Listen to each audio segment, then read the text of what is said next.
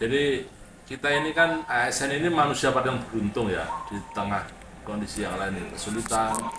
Jadi belanja pegawai kita itu sebagai background itu hampir 40% lebih dari total APBD kita.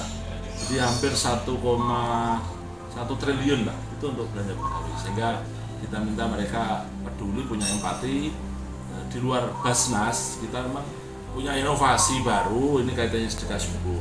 Ini memang sifatnya kalau ini sukarela, kalau yang zakat tadi kan wajib.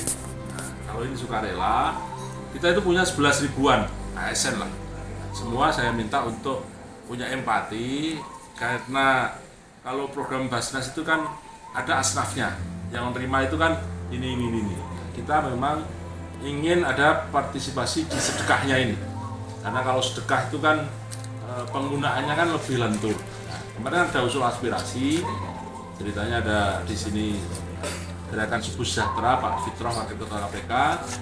Kemudian kita diskusi, Pak kalau kita minta, oh bagus itu. Jadi salah satu programnya adalah kita pengen ngopeni anak yatim, yang mana nanti setiap desa kita data, kelurahan kita data, mungkin kita kasih biar dia bahagia, entah itu bentuknya uang saku atau apa, nanti sedang dirancang.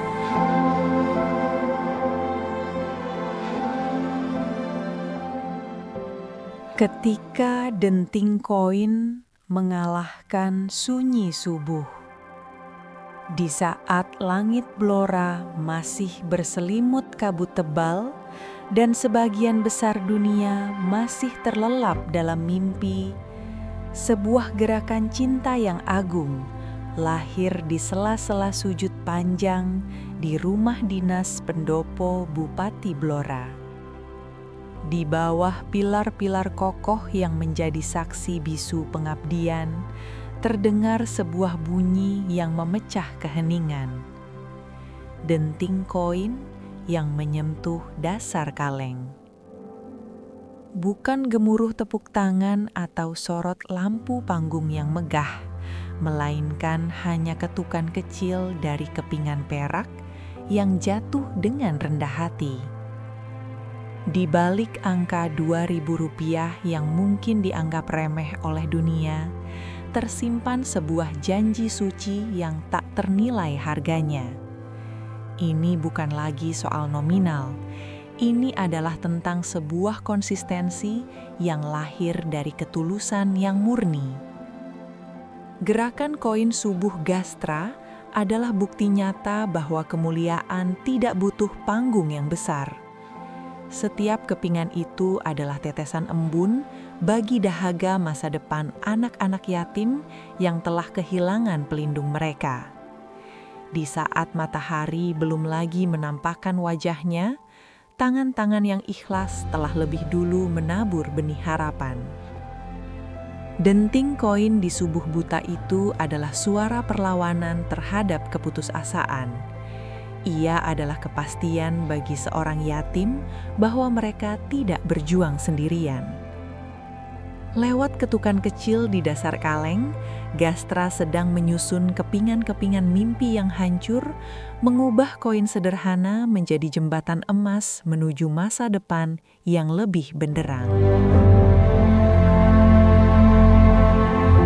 Di tengah remang cahaya fajar yang membasuh pendopo Bupati Blora, suasana yang biasanya formal berubah menjadi ruang penuh kehangatan yang menggetarkan jiwa. Di sana, di antara barisan anak-anak yang matanya masih menyimpan sisa-sisa kesedihan, berdiri sosok pemimpin yang menanggalkan seluruh atribut kekuasaannya demi menjadi seorang ayah. Dengan tatapan mata yang teduh dan suara yang bergetar karena kasih, Bupati Blora, Haji Arif Rohman, mendekap batin anak-anak tersebut lewat untaian kalimat yang meruntuhkan tembok kesunyian mereka. Ia membungkuk, mensejajarkan hati dengan anak-anak yang telah kehilangan sandaran utamanya, lalu berucap dengan nada yang begitu lembut namun penuh ketegasan. Jangan pernah merasa sendiri, nak. Hapus air matamu, karena kalian adalah permata paling berharga yang dimiliki Blora. Kalimat itu bukan sekadar basa-basi pejabat, melainkan sebuah sumpah kemanusiaan yang diikrarkan di hadapan Tuhan. Di tengah denting koin subuh yang terus mengalir, Arif Rohman memberikan jaminan yang paling dibutuhkan oleh jiwa-jiwa muda ini, yaitu kepastian.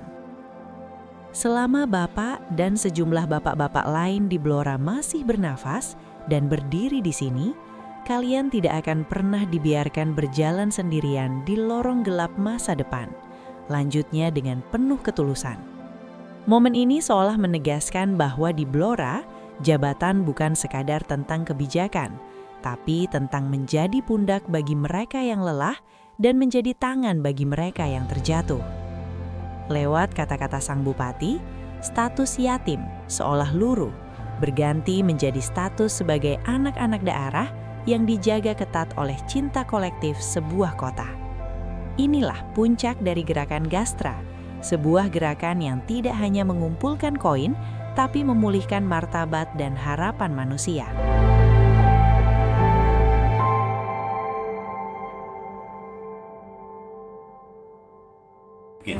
Kemudian kenapa harus sedekah? Sudah ada zakat. Mohon maaf Bapak, zakat ini yang berhak menerima adalah 8 asnaf. Fakir, mereka yang tidak memiliki apa-apa. Miskin, mereka yang memiliki. Amil, mereka yang mengumpulkan, mendistribusikan. Kami dan UPZ itu mendapat jatah ini. Mu'alaf, mereka yang baru masuk Islam. Rikob, budak. Kemudian gorim, orang yang berutang untuk kebaikan. Ibnu Sabil, ini kualik, mestinya yang bawah. Mereka yang kehabisan biaya. Contohnya kalau ada orang kentean biaya, dengan surat dari polisi kita juga bantu. Yang kedua, kalau orang tidak mampu lebaran, kita memfasilitasi 2 bis ya kemarin ya, pulang pergi 2 bis itu saat dari raya. Kemudian fisabilillah, mereka yang berjuang di jalan Allah. Kemudian nun sewu, program kami ada di balik halaman kedua, pendidikan bantuan beasiswa SD SMP S1 PTS. Ada STTR, ada STAI Muhammadiyah, ada IAL Muhammad, ada IAI Khosinatul Ulum, juga ada dulu kita nyulahkan di STAI Migas, sekarang sudah lulus. Ekonomi, bantuan pelatihan kerja, peralatan usaha, bantuan ternak, modal usaha. Kesehatan, bantuan pengobatan untuk warga miskin dan rujuk. 1000 BPJS warga miskin kita bayar. Mohon izin Bapak, kalau diperkenankan bulan depan kita akan tambah 1000 lagi untuk biar 2000. Karena persentase kami masih kecil di kesehatan. Jambanisasi, bantuan transport, penanggulangan stunting. Kemanusiaan, rumah tidak layak huni. Kemarin di Tempel Lemah Bang, kemarin di Ngawen, sudah ini lagi insya Allah hari ini Tempel Lemah Bang. Dibal-beli karo dulure lanang bahwa hari ini harus menyerahkan di Tempel Lemah Bang. Kemudian insya Allah untuk Rebo besok di Sendang Rejo bekerja ya Mas Fran. Itu relawan Mas Fran, terima kasih informasinya. Kemudian bantuan korban bencana Mas, besok Selasa, monggo kalau mau ikut di Getas, Pak Bupati berkenan menyerahkan bantuan rumah roboh. Hari ini, kemudian kebakaran kemarin, kayak tragedi di Gandu, kemudian kebakaran yang sering terjadi di Ngawen juga kita santuni. Kemudian sembako fakir miskin, jadi lansia kami itu berapa deh? 200 ya, ada ya? Itu lansia itu kami berikan sembako senilai 200.000. Kenapa? Karena mereka sudah tidak bisa kerja. Tetapi kalau masih kerja, kayak besok, jenengan boleh rawat di sini Senin, kami akan membagikan 80 kandang ayam dan berisi 20 ayam telur. Insya Allah besok Senin di pendopo ini, kemudian kita akan bagikan kurang lebih 25 gerobak dorong itu untuk mustaqi. Ini mereka dan motor ya. Ini yang orang miskin, orang tidak mampu, tapi masih kuat bekerja Mas. Kemudian kaki palsu. Kami kerjasama dengan DBM. Alhamdulillah teman-teman media, Mas Fran, DBM kami bina, alhamdulillah ini sudah go ke Pati, go ke Purwodadi. Jadi Basnas Purwodadi, Basnas Pati itu ngambilnya malah dari Mas Sony, Mas Sigit, sama Mas Arif CS yang bermarkas di SD Melansen itu. Kemudian santunan anak yatim. Kalau ini kami full bawa zakat untuk santunan anak yatim. Yang program yang lain nggak akan imbang karena kami dari Basnas Pusat itu persentasenya harus imbang. Misalkan 20%-nya harus imbang. Tapi kalau misalkan ada pertanyaan, loh itu yatim zakat rawis, entek program lainnya nggak boleh. 5 ini harus balance, terutama di ekonomi harus tinggi. Kemudian ada keagamaan santunan bangunan masjid. boleh kayak masjid kayak apa itu budgetnya nggak tinggi Pak Mas, cuma 7,5 5 juta karena memang openane asnaf wolu ya kan, majelis taklim bantuan bimbingan mualaf. Ini teman-teman media Pak Bupati dan pegiat sosial bahwa kenapa ada ide dari Pak Bupati untuk sedekah subuh. Jadi ini sekali lagi sifatnya sukarela dan tidak wajib, tidak perlu dikasih nama karena sedekah biar Allah sendiri yang pirsa. Yang kedua, larangan keras jika ada orang mengatakan engkau ini untuk bayaran potong, ini larangan karena kita mendidik supaya sidik-sidik di kelompok engkau hitung tadi satu diaturkan Pak Bupati, ini adalah nanti untuk kesejahteraan.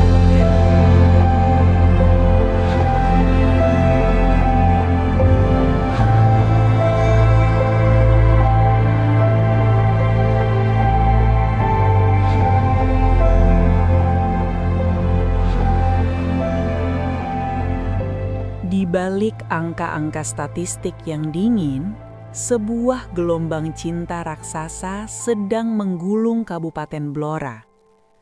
Fakta mencengangkan terungkap. 52% napas zakat, infak dan sedekah ZIS di bumi Blora ditiupkan oleh tangan-tangan mulia para guru.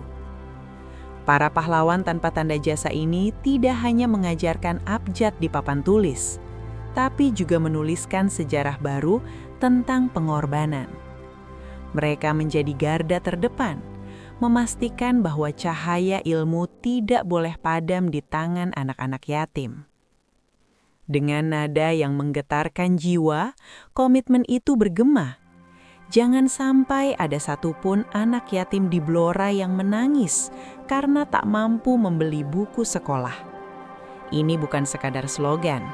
Ini adalah perintah nurani yang membakar semangat di setiap sudut kantor pemerintahan. Seketika, sebuah gerakan massal yang heroik terjadi. Ribuan ASN di seluruh kantor OPD Blora bergerak serentak dalam satu irama kemanusiaan. Tanpa paksaan, mereka menyisihkan uang sisa belanja, pecahan-pecahan kecil yang seringkali terlupakan, ke dalam kaleng gastra. Siapa sangka, tumpukan koin saku itu ketika disatukan oleh keikhlasan, bertransformasi menjadi kekuatan dahsyat yang mampu mengubah takdir. Dampaknya, sungguh menggetarkan hati. Gubuk-gubuk reot yang dulunya dihuni oleh rasa cemas saat hujan turun, kini telah rata dengan tanah, berganti menjadi rumah layak huni yang kokoh dan bermartabat. Tidak berhenti di situ, pemandangan mengharukan pecah di jalanan-jalanan Blora. Sejumlah warga terlihat bersimpuh, mendekap kunci gerobak UMKM dengan air mata yang membasahi pipi. Itu bukan sekadar gerobak kayu, itu adalah simbol kemandirian. Itu adalah tangis bahagia seorang ayah yang kini bisa menafkahi keluarganya, dan seorang ibu yang kini melihat pintu rejeki terbuka lebar. Lewat gastra, koin-koin kecil itu telah bermetamorfosis menjadi kunci peradaban, membuktikan bahwa di Blora tidak ada yang dibiarkan berjuang sendirian.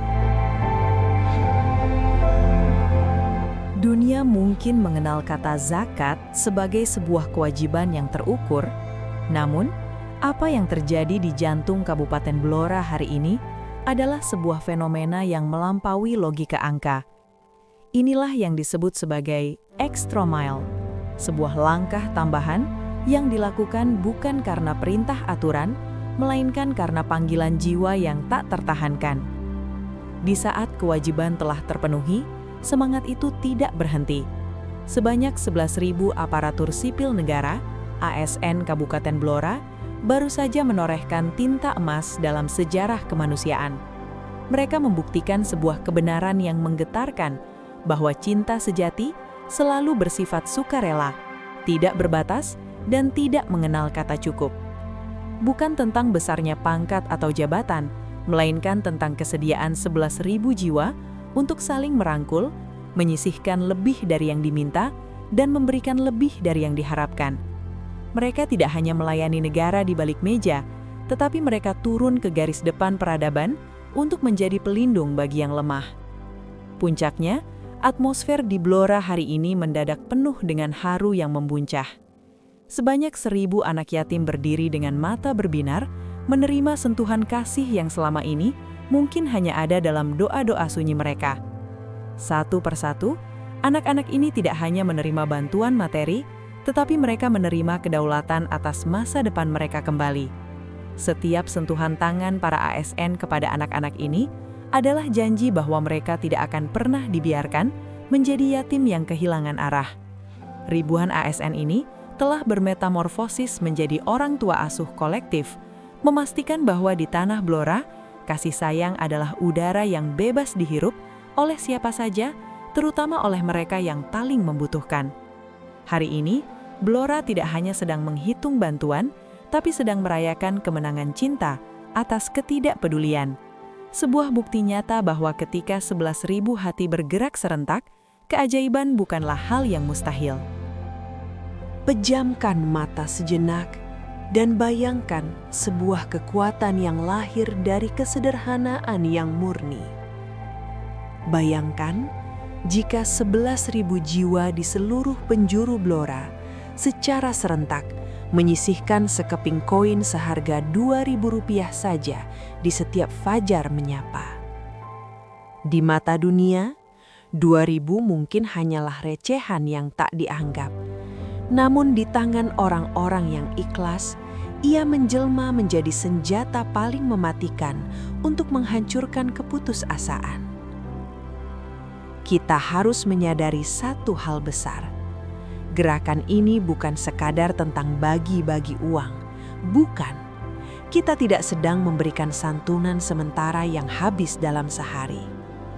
Kita sedang melakukan pengepungan terhadap takdir yang kelam. Kita sedang bahu-membahu meruntuhkan dinding tebal ketidakmungkinan yang selama ini mengurung cita-cita anak-anak yatim kita. Setiap denting koin yang jatuh ke dalam kaleng gastra adalah bunyi hancurnya satu mata rantai kemiskinan. Kita tidak hanya memberi mereka makan untuk hari ini, tapi kita sedang membangunkan raksasa yang sedang tidur di dalam diri mereka. Kita sedang memastikan bahwa tidak ada lagi anak yatim yang harus menunduk malu karena tak sanggup bermimpi. Dengan kekuatan 2.000 subuh ini, kita sedang membiayai masa depan. Kita sedang menyekolahkan mereka hingga ke puncak kesuksesan tertinggi. Kita sedang mendidik calon pemimpin, calon dokter, dan calon ulama dari rahim perjuangan koin-koin ini. Hari ini kita membuktikan pada dunia bahwa kemiskinan bisa dikalahkan, bahwa rantai penderitaan bisa diputus, dan bahwa harapan bisa dibeli dengan harga Rp2.000, asalkan dilakukan dengan cinta yang konsisten. Inilah cara kita memuliakan manusia, inilah cara kita menyelamatkan masa depan, dan inilah cara Blora mencatatkan namanya di langit sebagai tanah para pejuang kemanusiaan. Hari ini, di bawah langit bumi mustika yang sakral, kita tidak sedang sekadar membicarakan angka-angka rupiah.